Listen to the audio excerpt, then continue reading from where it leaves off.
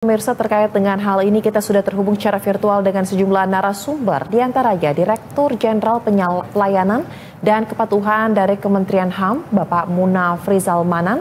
Kemudian ada anggota Komisi 13 DPR RI, Umbu Kabunang Rudiyanto Hunga. Selamat sore Bapak-Bapak. Selamat sore Mbak. Selamat sore. Selamat sore Pak Umbu. Baik, dan kami informasikan pemirsa, sebelumnya kami telah berupaya untuk menghubungi dari pihak Taman Safari, namun sayang sekali belum bisa bergabung pada dialog sore hari ini. Dan langsung saja kita akan mulai perbincangannya. Saya mau ke Pak Munafrizal terlebih dahulu. Bapak, mungkin pertama-tama boleh disampaikan berdasarkan pendalaman yang dilakukan oleh Kementerian HAM, apa saja sebenarnya dugaan pelanggaran hukum dan juga HAM yang terjadi dalam kasus dugaan eksploitasi para mantan pemain sirkus Oci ini, Pak?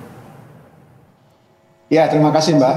Jadi kami dari Kementerian HAM segera setelah menerima penyampaian pengaduan dari para mantan pemain sirkus Oci pada 15 April 2025, kami langsung melakukan penelaahan, pendalaman, pemetaan atas masalah yang diadukan. Dan kami sudah selesai melaksanakan tugas, sudah disampaikan secara terbuka pada tanggal 7 Mei. Nah, terkait dengan pertanyaan tadi, jadi hasil dari pendalaman, tindak lanjut pengaduan yang sudah kami lakukan itu pada pokoknya menegaskan kembali apa yang dulu sudah pernah dilakukan oleh Komnas HAM tahun 97 bahwa ada pelanggaran HAM. Jadi itu terkonfirmasi pelanggaran HAM-nya bukan lagi menjadi pertanyaan, dugaan pelanggaran HAM-nya itu ada. Nah, ada 4 hal yang berkaitan dengan dugaan pelanggaran HAM-nya itu, yaitu pertama berkaitan dengan dugaan pelanggaran hak anak. Yang kemudian yang kedua dugaan kekerasan fisik yang dialami oleh sejumlah dari para mantan pemain sirkus. Kemudian dugaan kekerasan seksual itu juga tersampaikan kepada kami ketika melakukan pendalaman atas masalah ini. Nah, kemudian juga terkait dengan masalah ketenagakerjaan juga ada dugaan yang bernuansa apa yang kita kenal dengan istilah sekarang perbudakan modern. Tapi ini semua kan perlu dilakukan uji pembuktian lebih lanjut, itu Mbak. Baik, tegas terjadi ada pelanggaran HAM dan meliputi 4 hal tadi ya Bapak sampaikan. Nah, kalau dari DPR sendiri seperti apa nih Pak Umbu? Kemarin kan sebelumnya di Komisi 3 ya sempat terjadi dialog dengan ada perwakilan dari Oci, kemudian dari anggota mantan sirkus tersebut dimediasi, dan masih ada upaya juga untuk dapat dilakukan upaya damai dan juga berbagai hal lain terkait dengan kasus ini. Nah, kalau Komisi 13 sendiri, apakah memang sudah ada rencana juga atau sudah pernah melakukan dialog langsung terkait dengan adanya aspek-aspek pelanggaran HAM yang dilakukan dalam kasus ini? Ya, selamat sore. Hasil RDP kemarin atau audiensi mereka ke Komisi 13, kami sudah dapat menyimpulkan bahwa terjadi tindak pidana yang menurut informasi bukti yang patut kami duga itu sudah memenuhi unsur. Ya, salah satunya adalah atau beberapa mulai dari mempekerjakan anak di bawah umur, itu sudah ada pengakuan. Terus adanya dugaan tindak pidana yang menjadi perdebatan dan tindak pidana kekerasan yang mungkin bisa debatable masalah visum. Terus ada dugaan tindak pidana penghilangan identitas. Nah, ini penghilangan identitas, pengkaburan identitas, terjadinya penghilangan identitas yaitu hubungan hukum antara para korban yang belasan orang itu dari asal usul mereka, dari orang tua mereka, itu tidak pidana. Itu tidak pidana. Dan itu dialami sampai saat ini. Sampai saat ini masih beberapa orang, sebagian besar tidak mengetahui asal muasal mereka. Nah, ini tindak pidana itu terjadi saat ini. Kerugiannya sampai sekarang saat ini sudah usia pada ada yang 65, ada yang 70 tahun gitu. Jadi terus ada lagi dugaan tindak pidana menurut pengakuan dari para korban dan orang tua. Orang tua itu mereka menerima sejumlah uang untuk mengambil anak-anak mereka. Nah, ini dugaan tindak pidana perdagangan manusia atau perdagangan orang. Nah, ini sudah terjadi dugaan tindak pidana. Yang lebih apalagi masih ada perdebatan tentang kadaluarsa. Jadi perlu saya sampaikan bahwa tindak pidana pelanggaran HAM berat itu tidak mengenal istilah kadaluarsa. Ya, jadi ditambah lagi ada peristiwa pidana yang kerugiannya sampai saat ini terjadi, sampai saat mereka audiensi ke DPR, kerugian itu masih terjadi imaterial, material, dan kerugian lain sehubungan dengan identitas mereka. Baik, berarti sepakat semuanya memang pelanggaran HAM itu nyata dan tegas terjadi dalam kasus ini ya. Kemudian Pak Munafrizal, kami mendengar bahwa ada dorongan agar dibentuk TGPF terkait dengan kasus ini. Sejauh apa perkembangannya dan apakah berdasarkan hasil rekomendasi dari Kementerian HAM untuk dapat mencabut SP3 atas kasus ini sudah ada respon dari pihak Bareskrim? Ya, jadi soal TGPF ini adalah sesuatu yang sempat muncul ketika Kementerian HAM melakukan pendalaman atas masalah ini.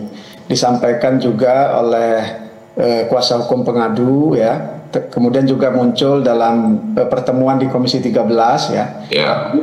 Kami merespon dalam laporan akhir tindak lanjut penanganan masalah ini menyebutkan bahwa sekiranya ingin diwujudkan adanya tim gabungan pencari fakta, maka itu menurut Kementerian HAM harus merupakan sikap resmi dari DPR yang meminta untuk membentuk TGPF tersebut dalam bentuk ada kesimpulan tertulis ya dalam rapat resmi DPR.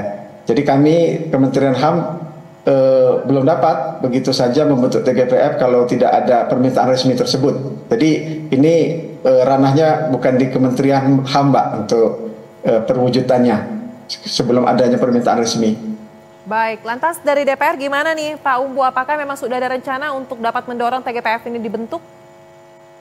Jadi kesimpulan rapat kemarin, karena kami sudah bertemu Komnas HAM, Komnas Perempuan, kita mintakan Komnas HAM menjadi leading sektor dalam pembentukan TGPF. Tapi di luar daripada itu, saya rasa kita juga sudah bisa berjalan. Komnas HAM juga bisa berjalan langsung komunikasi dengan Mabes Polri. Yang ditunggu-tunggu adalah masyarakat dan korban ini bagaimana dugaan tidak pidana ini adanya negara hadir di permasalahan ini. Karena para korban ini sudah berusaha sudah puluhan tahun dengan melakukan lapor polisi, melakukan audiensi dengan Komnas HAM, dan Komnas HAM yang lalu sudah mengeluarkan rekomendasi juga. Gitu loh. Sudah mengeluarkan rekomendasi. Saya sangat yakin dengan kebijakan Pak Presiden Prabowo dengan bentuk satu kementerian baru HAM, saya rasa ada niat besar, niat mulia dari Pak Prabowo untuk bagaimana melindungi hak asasi manusia warga negara Indonesia, masyarakatnya. Nah ini saya rasa dengan kebijakan ini, permasalahan ini yang menurut saya sudah nyata, gamblang, ya, terlihat, bisa dibuktikan langsung, dugaan tidak pidana terjadi, gitu loh. Baik, tapi Pak Umbu, mungkin langkah konkretnya saat ini, apakah DPR sudah berkoordinasi mungkin dengan kepolisian, khususnya Bareskrim, untuk dapat membuka kembali terkait dengan surat SP3 yang sudah sempat dikeluarkan atas kasus ini sehingga bisa berjalan tanpa harus menunggu ada TGPF dibentuk? Seperti apa? Kemarin kami sudah bicara dengan pengacara, segera langsung untuk kita bersama-sama menemui Mabes Polri, begitu. Jadi kami masih menunggu hubungan dengan pengacara, terus nanti kami akan berbicara di tingkat komisi lagi sehubungan TGPF tersebut. Itu. Baik, apakah sudah ada jadwalnya mungkin kira-kira di pekan ini kah akan datang bersama dengan pengacara dari Komisi 13 saja atau mungkin Komisi 3 juga ikut mendampingi dalam kasus ini? Secepatnya Bu, kami sudah secepatnya kalau bisa pengacara langsung datang kepada kami untuk kita bersama-sama di Mabes Polri. Gitu. Baik. Kalau Komnas HAM ikut terserah. Yang penting kami sudah membuka diri untuk menuntaskan perkara ini karena betul-betul bahwa belasan warga negara kita yang sudah menderita puluhan tahun mencari keadilan. Kita ini negara hukum, ya. Di pemerintahan Pak Prabowo saya yakin bahwa ini permasalahan akan selesai lah. Baik, nah Pak Munafrizal, meskipun TGPF belum ada kepastian dibentuk atau tidak dan masih dalam tahap pembicaraan, tetapi kasus ini sudah bisa berjalan sebenarnya karena sudah ada bukti yang cukup nyata, bahkan rekomendasi Komnas juga menjadi dasar yang kuat untuk dapat kasus ini dibuka kembali. Nah pertanyaan saya, jika saat ini proses yang sudah akan dilakukan tengah menunggu untuk berkomunikasi dengan pihak kepolisian, kalau dari Kementerian HAM sendiri apalagi mungkin yang akan dilakukan? Apakah masih menunggu untuk dapat menggali lagi sisi keterangan dari pihak OCI mungkin terkait dengan administrasinya, proses penyerahan anak-anak itu dulu seperti apa atau apa lagi Pak agendanya? Ya, kalau dari sisi Kementerian HAM, kami berdasarkan tindak lanjut yang sudah kami lakukan dan sudah disampaikan secara terbuka hasilnya, dalam konteks untuk penggalian keterangan kami sudah cukup, Mbak. Jadi kami sudah memberikan kesempatan yang seluas-luasnya kepada para pihak untuk menyampaikan ya, baik dari pengadu, dari teradu juga sudah kami berikan kesempatan yang seimbang untuk menyampaikan. Nah, terkait dengan tadi yang soal kaitannya dengan Polri, di dalam laporan itu sudah kami sebutkan juga rekomendasi bagi Bareskrim Polri untuk bisa bekerja menindaklanjuti.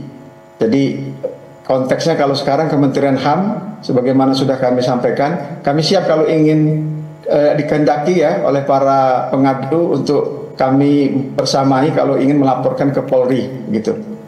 Baik, pada dasarnya semuanya sudah siap ya, tinggal kita tunggu bagaimana kelanjutan dari penanganan atas kasus ini. Kami harapkan Pak Umbu bersama dengan teman-teman dari DPR dan juga pihak pengacara para korban ini dapat segera bertemu dengan kepolisian agar kita tahu seperti apa kelanjutan keseriusan pemerintah dalam menangani kasus pelanggaran HAM yang terjadi secara nyata dan tegas ini. Terima kasih Direktur Penjelan Jenderal Pelayanan dan Kepatuhan Kementerian HAM Bapak Munan Firzal Manan dan anggota Komisi 13 DPR Bapak Umbu Kabunang Rudi Yanto Kunga telah bergabung bersama kami di Berita Sore. Salam sehat.